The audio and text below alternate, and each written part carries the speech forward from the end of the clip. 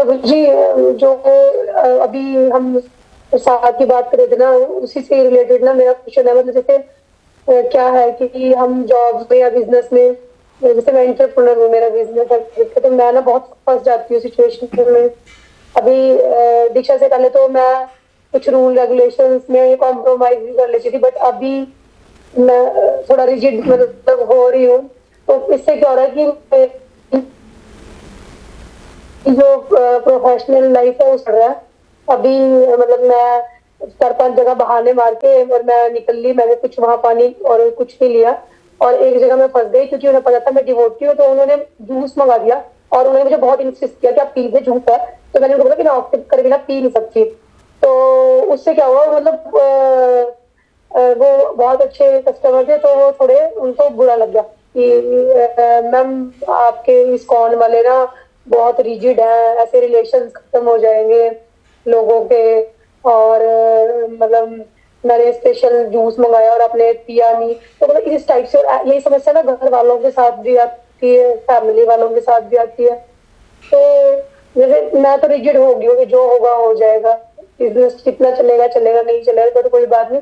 But practically क्या कर सकते हैं, कैसे टैकल करें हम इस सिचुएशन को? मतलब किसी ने हमारे लिए जूस मंगाया बट हम ऑफर नहीं कर पा रहे उसको, तो कैसे पिए? देखो, रिजिड भी होना चाहिए और साथ में हम्बल भी होना चाहिए। जो हम रिजिडिटी दिखाते हैं उसका एंटीडोट, उसका जो दुष्प्रभाव है वो हमारी विनम्रता से कटेगा। जहाँ तक बिज़नेस की बात है, आपकी बात बिल्कुल सही है कि आपने बोला कि हम लेते नहीं हैं। आप उनको थोड़ा अपनी फ़िलॉसफी एक्सप्लेन कर दीजिए कि हम बिना ऑफरिंग के नहीं लेते हम, तो जनरली लोग मान जाते हैं इस बात को। और फिर जो बिज़नेस है ना, वो ये जूस चाय कॉफ़ी पे नहीं चलते। जो बिज़नेस हैं वो पूरी तरह से स्वार्थ के ऊपर चलते हैं। जब तक आप उनको कोई प्रोडक्ट या सर्विस आप उनको मार्केट के मुकाबले रीज़नेबल रेट्स पे आप प्रोवाइड कर रहे हो, आपको कभी भी छोड़ के नहीं जाएंगे। मैंने वो सब ठीक है, लेकिन कुछ लोग ना जैसे ईगो पे ले लेते हैं कि मैंने मंगाया, और मेरे साथ तो होता ही है पर्टिकुलरली है ना। उनको मतलब ऐसे, चाहे घर में है चाहे बाहर है, मतलब बड़ी जल्दी ईगो हर्ट हो जाती है। तो उनको मतलब उन्होंने मुझे बोला कि मैम आप तो बहुत रिजिड हो, और पहले आपने लास्ट टाइम आपने पी लिया था और अभी आपने नहीं पिया। मतलब उन्होंने इस चीज को थोड़ा सा पतंगड़ बनाया। तो वैसे मैं ये डिस्कस नहीं करना चाहती थी, बट जैसे प्रैक्टिकली और किसी की लाइफ में भी आ सकती है ऐसी सिचुएशन, तो इसलिए मैं थोड़ा सा। हाँ, तो इसमें क्या है कि आप कई बार जैसे आप किसी के घर जा रहे हो ना, उन्होंने इनवाइट किया, तो आप उनको पहले से ही बोल सकते हो कि देखो मैं तो बिना ऑफरिंग के हम लोग लेते नहीं, अब मैंने व्रत ले लिया मैंने, तो आप प्लीज़ बुरा मत मानना। तो आप पहले से सामने से उनको इन्फॉर्म कर दोगे तो वो फिर कम बुरा मानेंगे।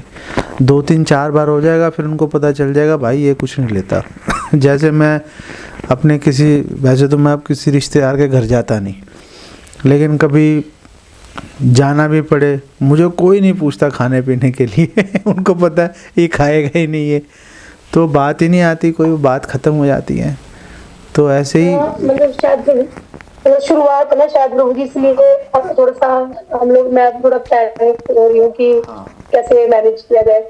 मतलब एक भय, मतलब अभी एक क्लास हो रही थी कि सबसे ज्यादा जो परेशान है वो भय करता है।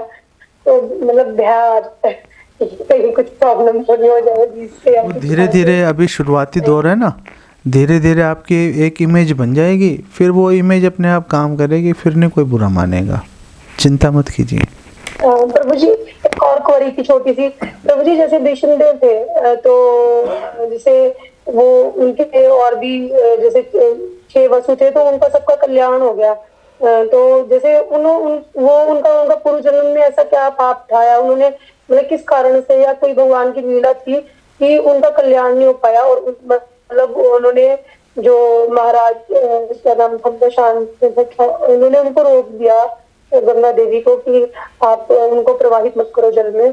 तो क्या रीजन था, मतलब क्या ऐसा हुआ था? ये मतलब मेरे मन में काफी टाइम से जिज्ञासा थी, और मुझे पता नहीं कि कहाँ कौन सी बुक में है, ये किससे रिलेटेड है। तो आप रेफरेंस भी दे देंगे तो आई कैन रीड। इसके 2-3 कारण हैं और डिफरेंट स्क्रिप्चर्स में इसकी रेफरेंस आती है। सो आप सिद्धनित्य प्रभु को बोलेंगे, वो आपको ढूंढ के दे देंगे। उसमें से एक कारण जो शायद आपको हमारे स्क्रिप्चर्स में नहीं मिलेगा वेदाबेस में, मैंने कहीं और किसी स्क्रिप्चर में पढ़ा था कि उसमें गंगा देवी ने बोला था, वसु बड़े उदास बैठे थे, उन्होंने बोला क्या हुआ, उन्होंने बोला ऐसे ऐसे हमें श्राप मिला है, हमें जाना पड़ेगा वहाँ पर।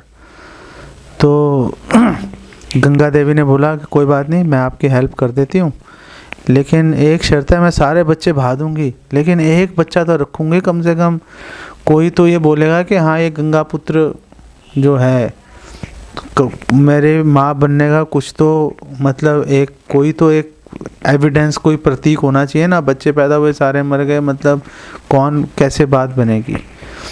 तो फिर उन्होंने वसुओं ने एक्सेप्ट किया था इस बात को कि फाइन एक को आप रख लीजिएगा। तो वही भीष्मदेव हैं। एक तो ये रीज़न था, 1-2 रीज़न और भी हैं। आप मतलब उसके पीछे भी एक कथा है उसके पीछे, वो आप सिद्धनित्य प्रभु को बोलेंगे, वो आपको ढूंढ के बता देंगे आपको। ओके, ये जो मैंने आपको कारण बताया ना, ये आपको वेदाबेस में शायद नहीं मिलेगा, मैंने कहीं और पढ़ा था ये बात। जी प्रभु, थैंक यू प्रभु, चरणों में प्रणाम। ओके, तो कभी-कभी सॉरी नहीं बोलो प्रभु, जैसे कोई हमें सलाद देता है या फल देता है तो मैं कभी-कभी उसको ना मन में भोग लगा के खा जाता हूँ। मतलब it's not a practice, but मैं इमरजेंसी में कर लेता हूँ प्रभु जी ये। आप अपने पास में कोई फोटो रखो ना, तो फोटो और तुलसी पत्र रख लो। माला होता है ना वो, माला नहीं, आप फ़ोटो रखिए, फ़ोटो आप ऑफ़र कर दीजिए। तुलसी आप अपने पास रखिए, सूखी हुई तुलसी, तो आप कुछ मतलब इमरजेंसी हो आप ऑफ़र करके खा लीजिए उसको। देखो मतलब देखो बात क्या है, बात हमें पीछे जाके समझना पड़ेगा, हम ये क्यों कर रहे हैं। अगर हमें कभी हमने खा लिया, कोई ऐसा नहीं कि भगवान आके हमें डंडे बरसाना शुरू कर देंगे। हमें खुद अच्छा नहीं लगना चाहिए कि हम नहीं करना चाहते, बस बात ख़त्म हो गई। कभी मजबूरी में करना पड़ा तो फिर करना पड़ा, मतलब उसमें भी ऐसा कोई नहीं है कि कोई बड़ा डंडे चल गए जी, ऐसी बात भी नहीं है। लेकिन जितना हम ज़्यादा करेंगे, कर पाएंगे, उतना ही हमारी कॉन्शियसनेस चेतना ज़्यादा प्योरीफाई होगी, उतना ही हमारा मन हरि नाम में लगेगा, साधना में लगेगा। आगे जैसे वानप्रस्थ जैसे कदम उठाने की ताकत आएगी। तो जितना प्योरीफाई होंगे, जितना शुद्धिकरण होगा, उतना हमारे लिए आगे आसान होता चला जाएगा ना। हम ये छोटी छोटी चीज़ों में फंसे रहेंगे तो फिर फंसे भी रहेंगे। तो हमें इस एंगल से सोचना चाहिए हर बात को।